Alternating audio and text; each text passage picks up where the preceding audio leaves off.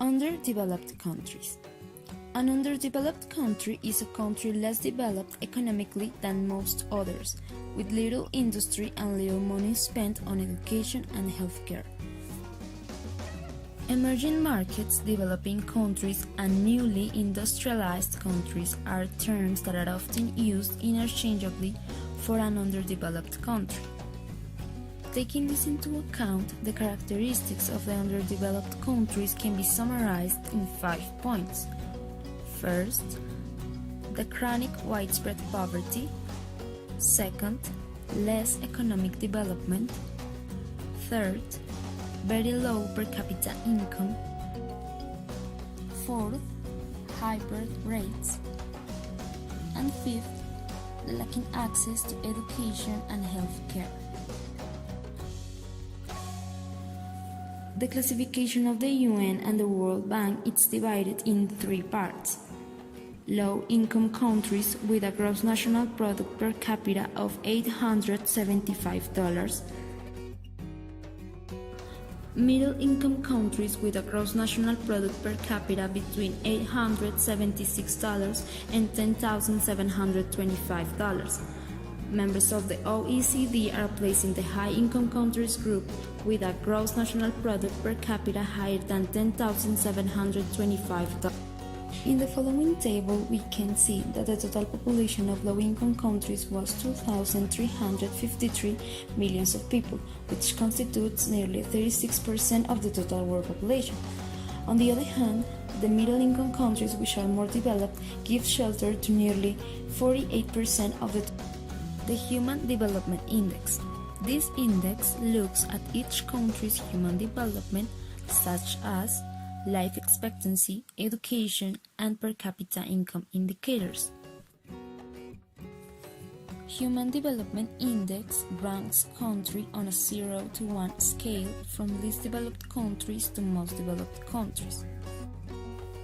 There are 4 tiers: the low human developed from 0 to 0.55, the medium human development from 0.55 to 0.70, the high human development from 0.70 to 0.80, and the very high human development from 0.80 to. The United Nations holds a conference every 10 years on the underdeveloped countries in the world. During the most recent conference, the UN set a goal to graduate 50% of the current underdeveloped countries to a higher economic status by 2022.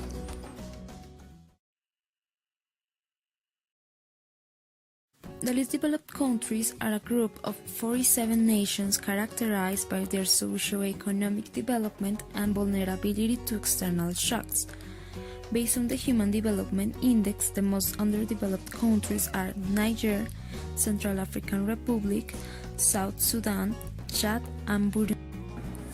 In 2016, developing countries accounted for a growing share of global foreign direct investment inflows and outflows, 40% and 20% respectively.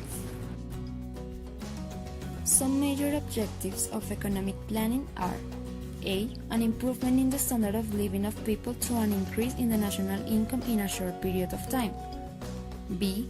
A large expansion of employment opportunities for the removal of unemployment and for creating jobs and incomes. C. A reduction in all types of social, economic, and regional inequalities.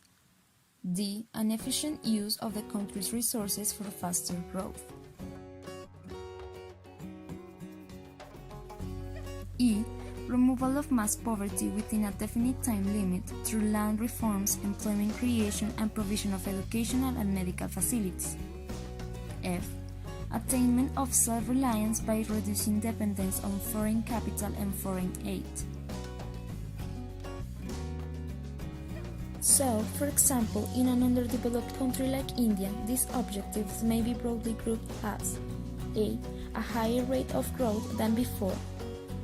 B. A greater degree of economic equality than was possible under free enterprise. C. More and better employment opportunities for the growing labor force of the country. D. Larger provision for capital formation as one of the principal instruments for accelerating the rate of growth.